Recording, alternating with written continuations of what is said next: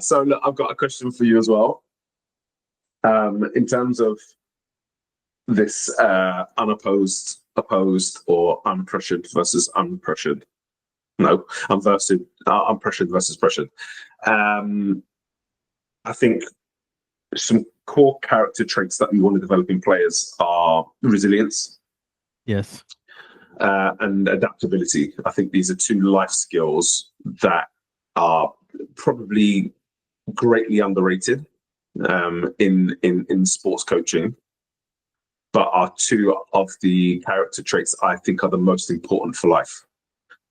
So how do you think, or so let's say, which do you think develops those character traits more? The pressured or the unpressured? The opposed or the unopposed? Pressured and opposed develop them more.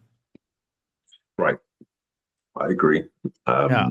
I think of perseverance, right? Right. Like, you said resilience. Resilience, yeah. Yeah.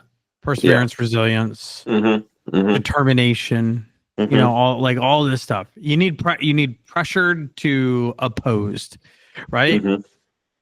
And some kids, I don't know if I'm going to tip my hat to this, but I will give them credit.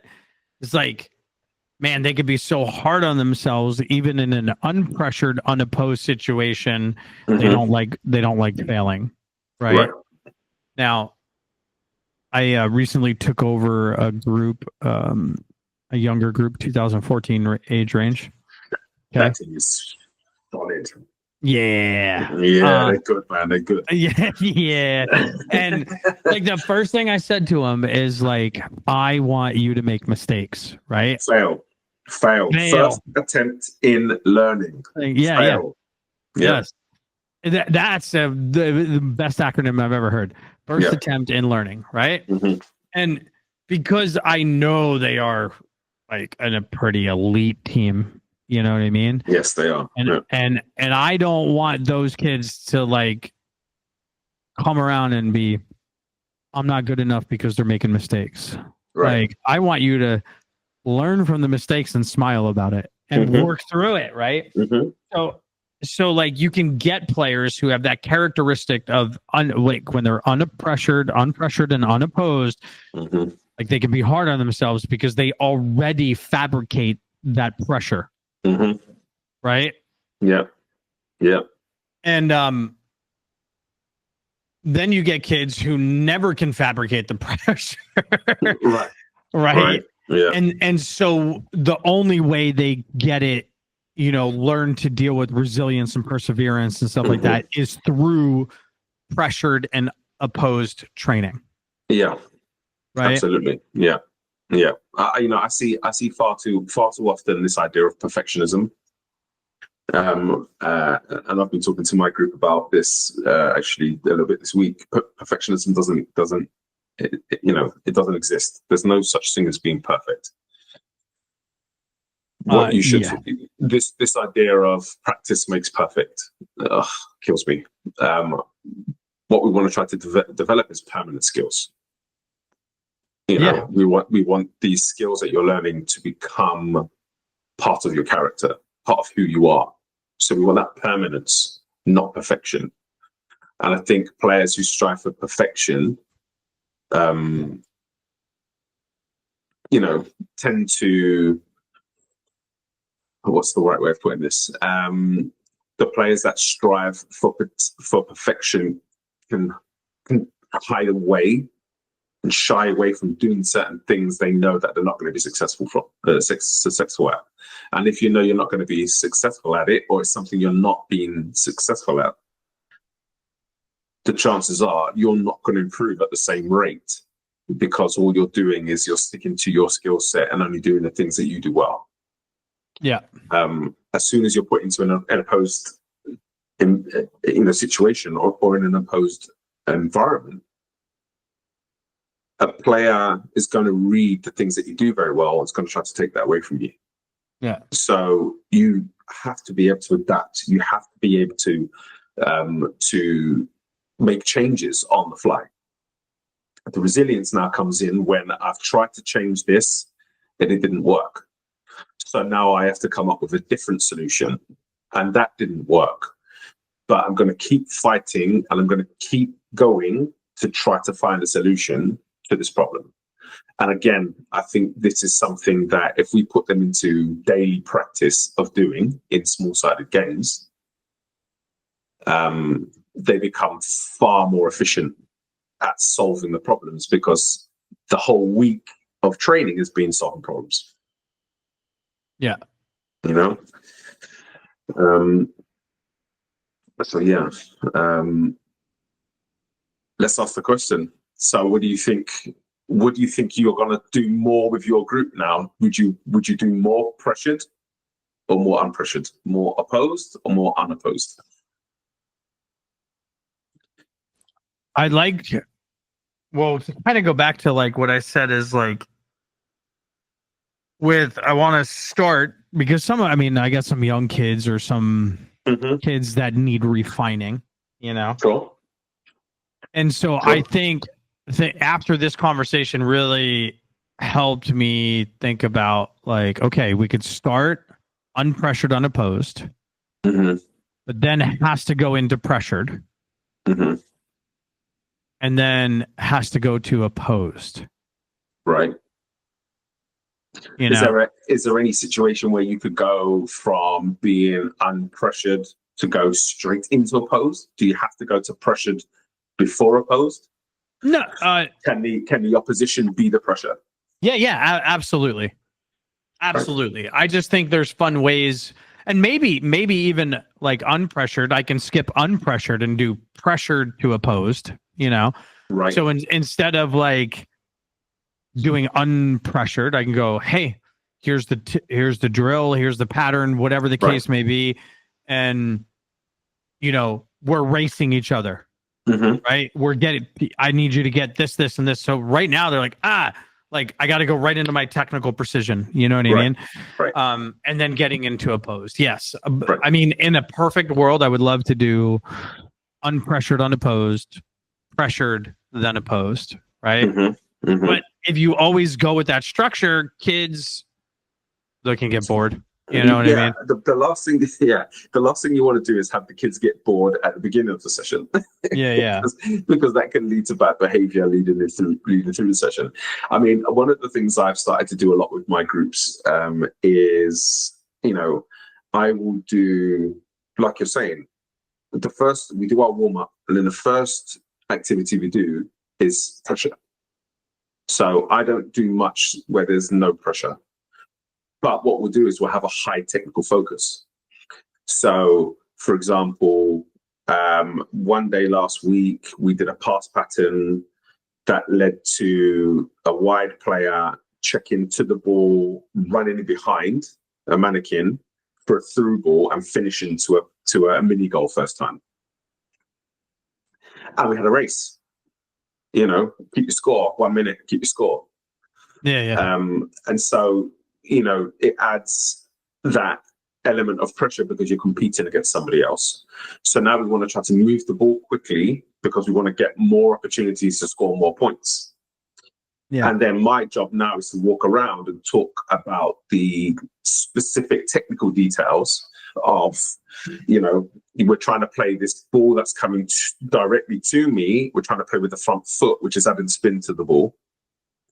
And that's making it hard for the second person to take their touch. So, you know, is there a way that we can get into our body on at a certain angle, take a touch with the back foot to set up a first foot pass, where we can then not add the spin to the ball. Small things like that, I think, can help, but they're still doing it with the pressure.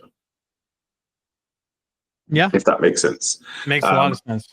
Another thing that I have done with my group this week was when we were talking about, we've been talking about protecting the middle of the field a lot. Right. And how to force a ball to one side and then how to keep the ball there. So we've been talking about how we defend the ball in wide areas, how we prevent switches of play. And so the first activity we did our warm up, which is an injury prevention warm up, and then we went into a mini game. I think it was 5v5 plus 2 maybe, or 5v5 plus 1, 66 plus 1, something like that. And we had a multi-directional game with 4 mini goals facing inwards. Facing outwards to begin with. So the ball had to go wide before they could score. And then it was when the ball went wide, how did we protect that inside pass towards the goal? Okay. And then I flipped the goals and made the goals inside. And so now we're just denying space on the inside.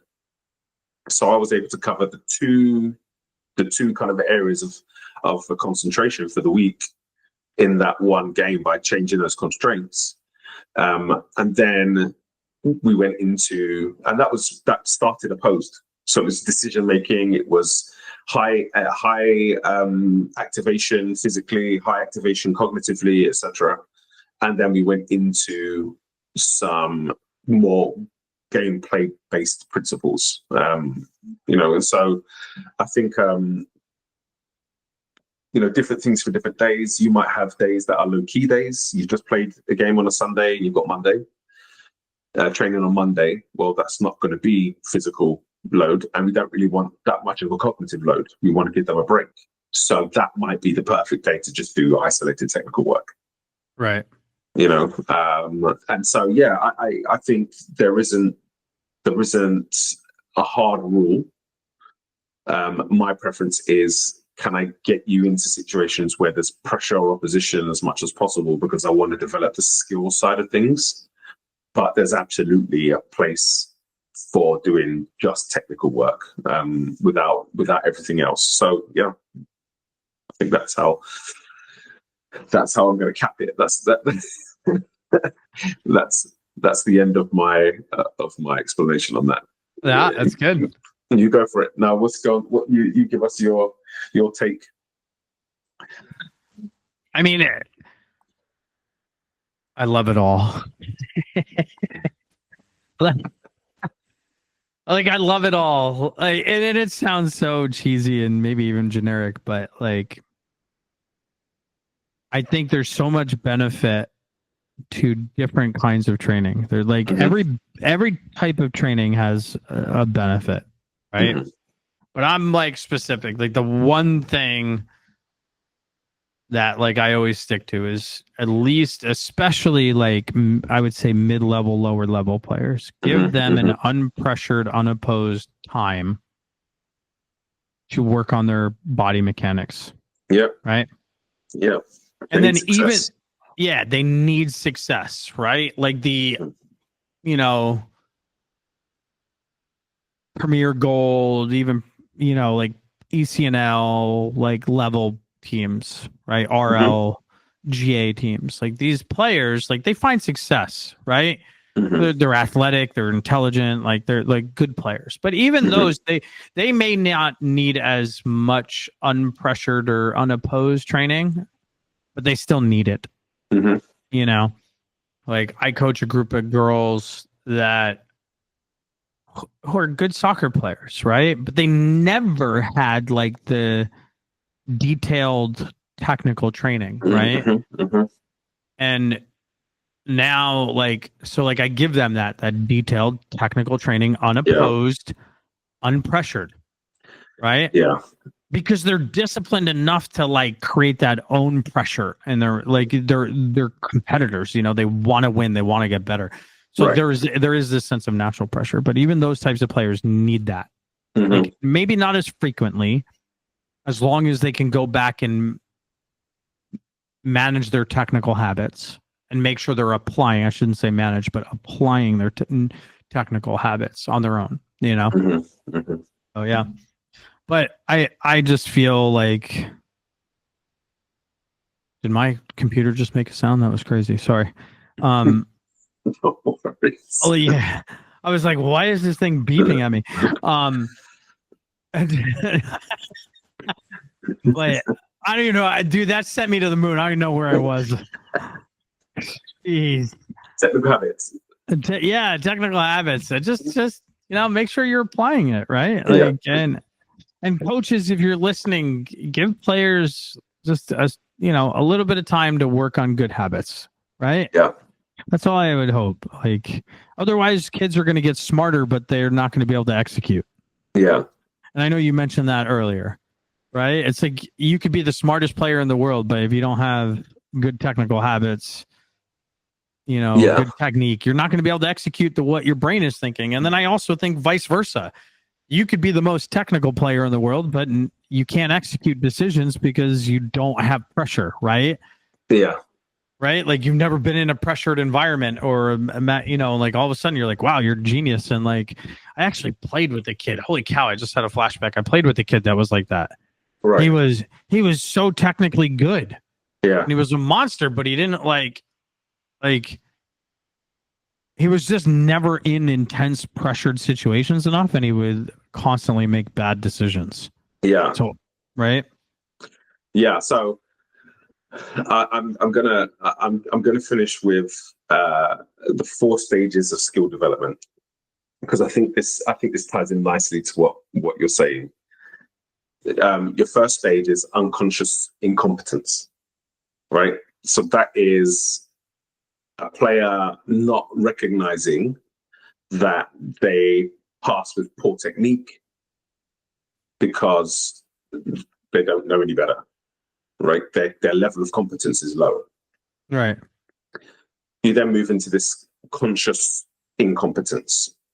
So this is a player knows that their passing is inconsistent, and now they understand, I want to do a better job of keeping possession, so I need to work on this.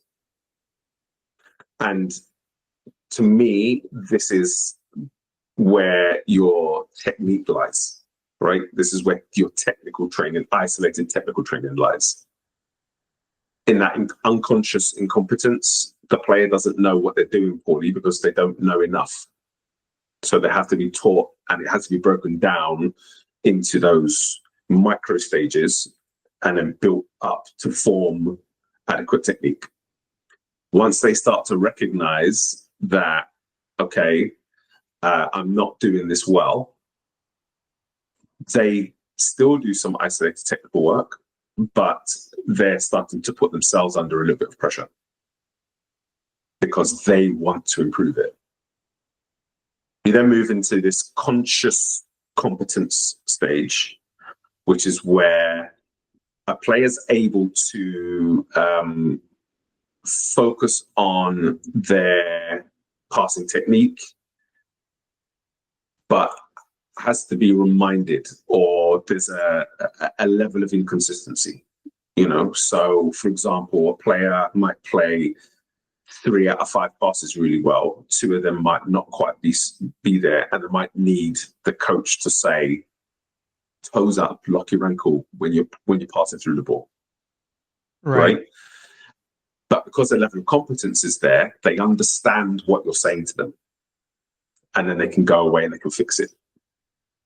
Then the 4th stage, the final stage, is going to be this unconscious competence.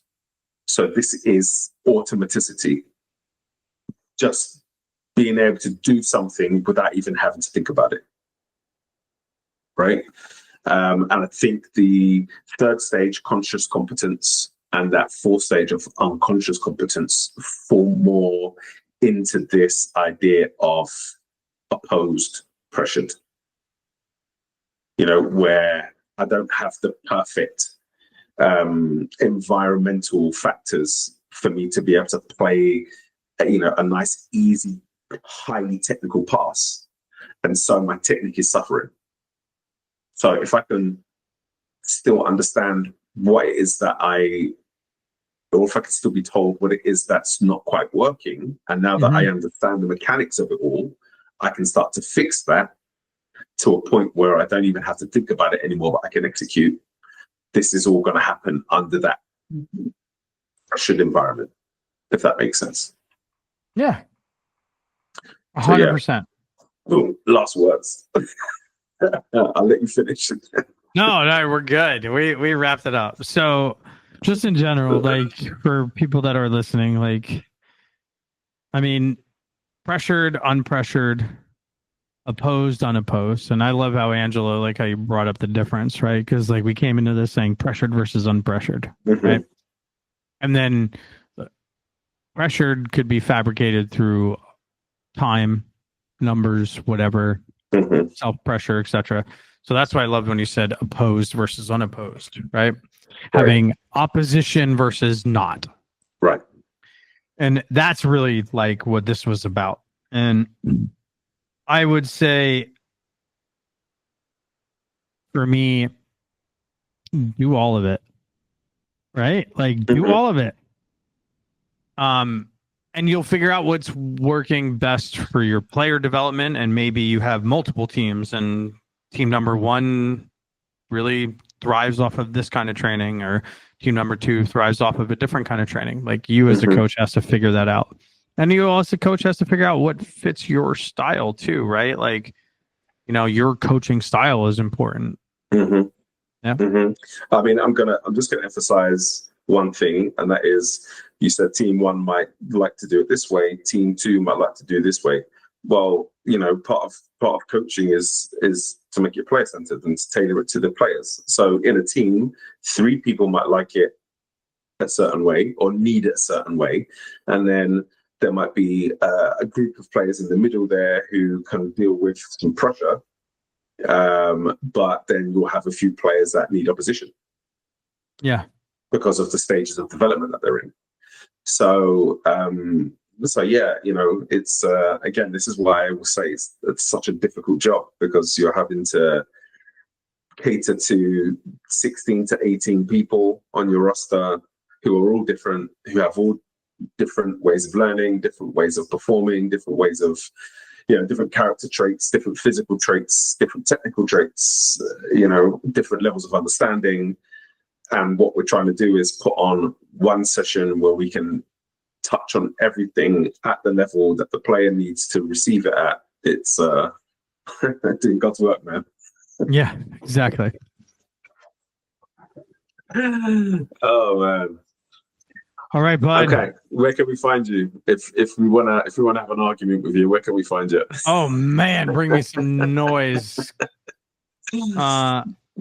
We can go to X, or formerly known as Twitter, and it's going to be Coach Cards with an S PDP. That's at Coach Cards PDP. Yeah, and I'm PD Project Sucker on all social media. That is Instagram, TikTok, Twitter, and YouTube. So yeah, come give us your feedback. You know, let us know what you think. Is there anything that you want us to talk about specifically?